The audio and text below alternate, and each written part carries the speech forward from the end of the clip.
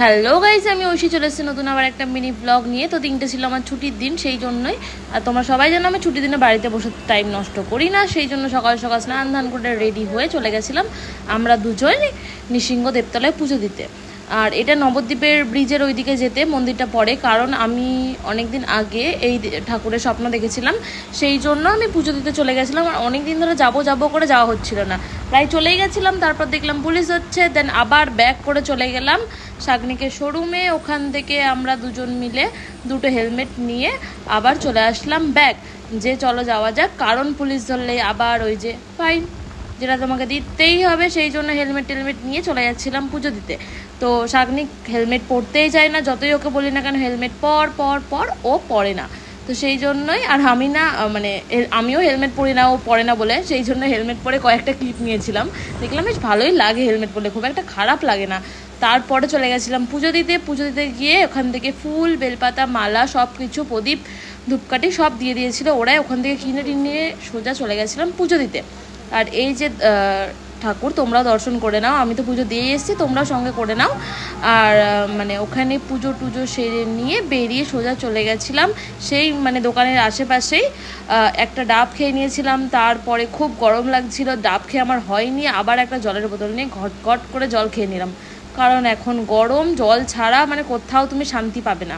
তাই জন্য আসার সময় আবার হেলমেট এক্সচেঞ্জ করে নিয়েছি, আমারটা ও নিয়েছে, ওরটা আমি নিয়েছি। তারপরে সোজা চলে গেছিলাম একটা আইসক্রিমের দোকানে। তো সেখান থেকেই আমি একটা কর্নেটো নিয়ে নিয়েছিলাম, কর্নেটো নিয়ে খেতে খেতে চলে গেছিলাম শাগনিকদের বাড়ি, কারণ শাগনিকদের বাড়ি কাকু বলেছিল বাড়ি যেতে হবে না, আমাদের বাড়ি চলে আয়। সেই জন্য ওদের বাড়ি গিয়ে কাকিমা দেখলাম কষা মাংস করছে, আমি বললাম দাও, তো দুজন মিলে এই যে কষা মাংস খেয়ে নিচ্ছি। তারপরে সোজা বসে পড়লাম খেতে।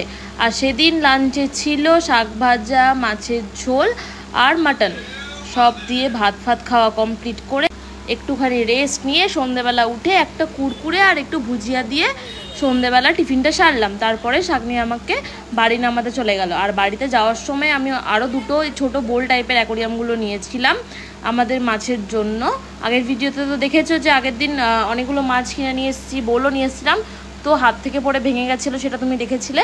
তো সেই জন্য আবার নতুন কিনে নিয়ে চলে আসলাম। আর এই মাছগুলোকে দেখাতে আর দেখি তরমুজ আছে ফ্রিজে, সেই জন্য দুজন মিলে আমি আর তাতান মিলে ঠিক করলাম যে তরমুজের রস খাবো।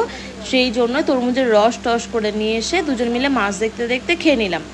আর তারপরেই দেখো মাছগুলো, মানে দুজন মিলে সারাদিন এই দুটো মাছ সারাদিন ধরে মারপিট করে, কেন করে আমি জানি না।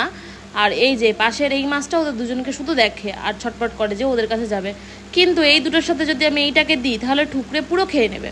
সেই জন্য মাছ দেখতে অনেকটা রাত হয়ে গেল। তারপরে একটু নখগুলো কেটে নিলাম আর নেল পালিশও পরে নিলাম, কারণ আমার গাইজ নখ এমনি বড়, সেই জন্য আমি নেল এক্সটেনশন করি না, এটাই হলো বাস্তব কথা। তারপরে রাতে ডিনার সেরে নিয়েছিলাম। আর একটা লাইক, কমেন্ট, শেয়ার আর সাবস্ক্রাইব করে দিও, থ্যাংক ইউ।